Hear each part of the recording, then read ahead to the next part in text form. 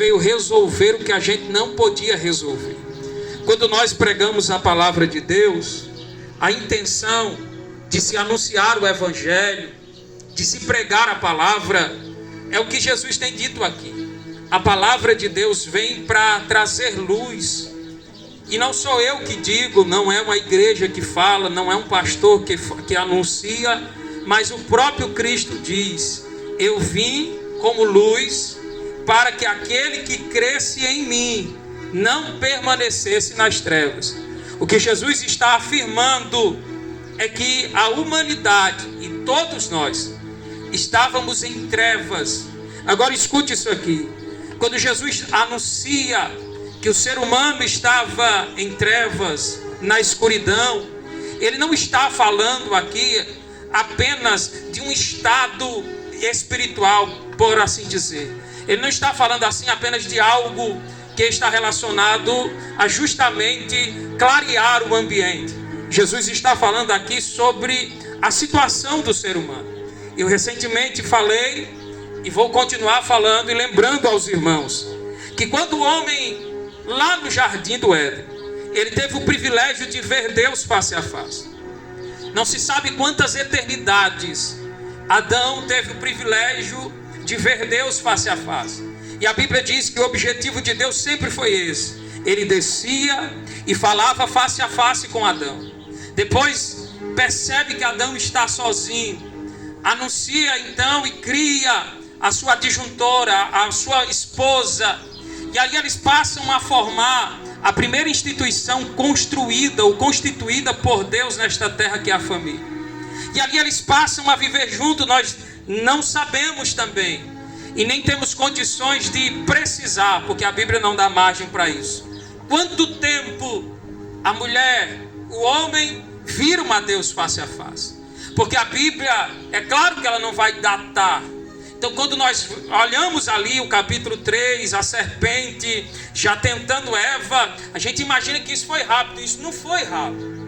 Ele teve a oportunidade, porque Deus dá a oportunidade.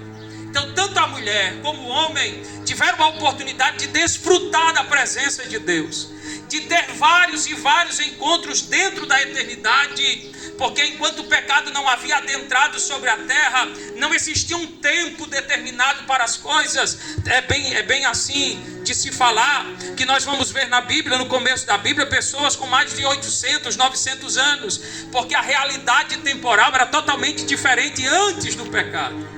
Mas aí a Bíblia diz que em desobediência, Deus falou para Adão e disse para ele: no dia que você comer deste fruto, certamente morrerá. E ali Deus, ele não mentiu, porque Deus não mente. Deus não se enganou, porque Deus não se engana.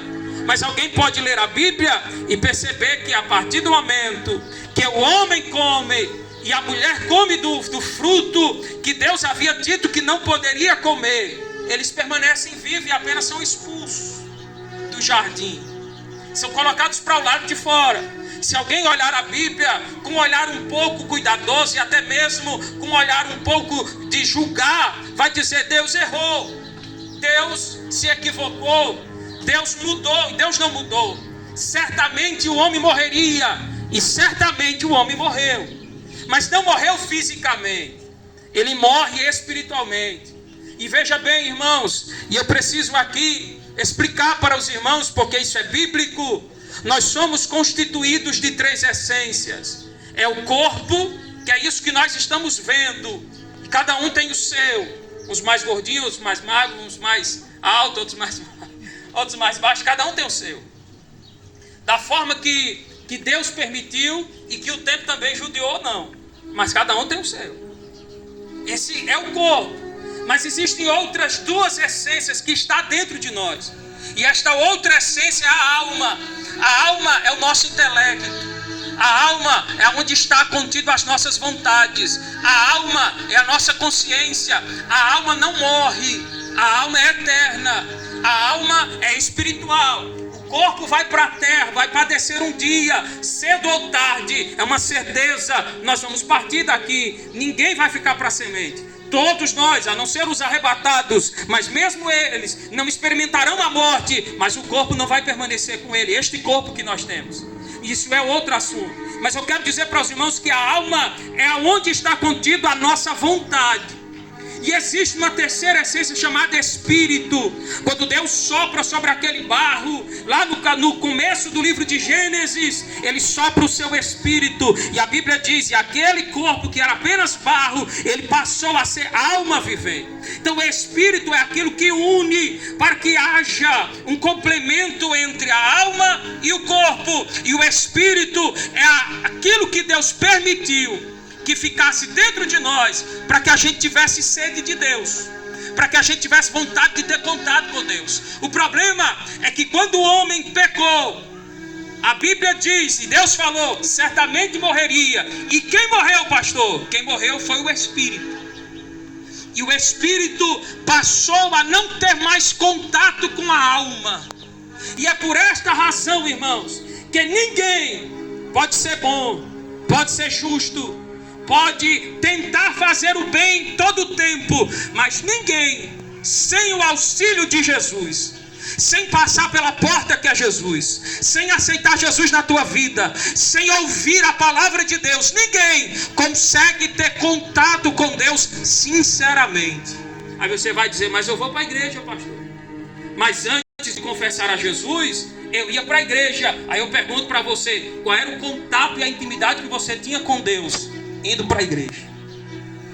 Porque muitas pessoas que iam por ir, participavam por participar, mas não extraía nada daquilo.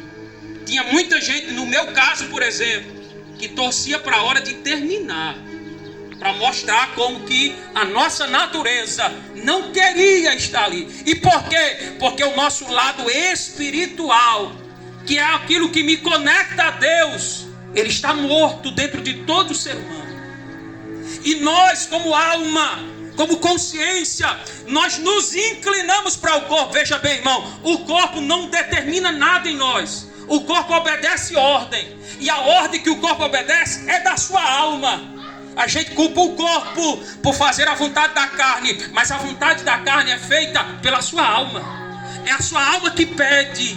E por que ela pede? Porque ela só tem contato com aquilo que é carnal. A carne, o corpo, nos associa às coisas daqui, aos prazeres daqui. Então quando eu não tenho o lado espiritual aberto para Deus, eu só vou querer saber das coisas daqui. É por esta razão que eu consigo me satisfazer de forma momentânea, mas me satisfaço com aquilo que me prejudica, mas me satisfaço. É por isso que tem pessoas que se satisfazem bebendo. Isso aqui não é crítica, irmão. Isso aqui é relato, é algo que é pleno. Tem pessoas que mesmo sabendo que estão, o médico chega para ela e diz, ou você para de beber, ou você morre. Qual a maioria da resposta das pessoas? Então eu vou morrer. Porque não se satisfaz com aquilo. E isso, irmão, é consequência do erro lá de Adão, em que o Espírito, ele morreu dentro de nós. E a gente só se relaciona com as coisas daqui. É por esta razão, irmão, que estamos nas ruas de Ipueira. E por esta razão que Jesus veio a esta terra. Para quê? Porque ele diz assim, ó, a palavra é a única ferramenta, a pregação do Evangelho é a única ferramenta que tem poder para ir, Hebreus 4:12, para penetrar naquilo que parece indivisível entre a alma e o Espírito. Aí você pergunta, o que é que tem entre a alma e o Espírito? Uma barreira. E o Espírito não se conecta com a alma.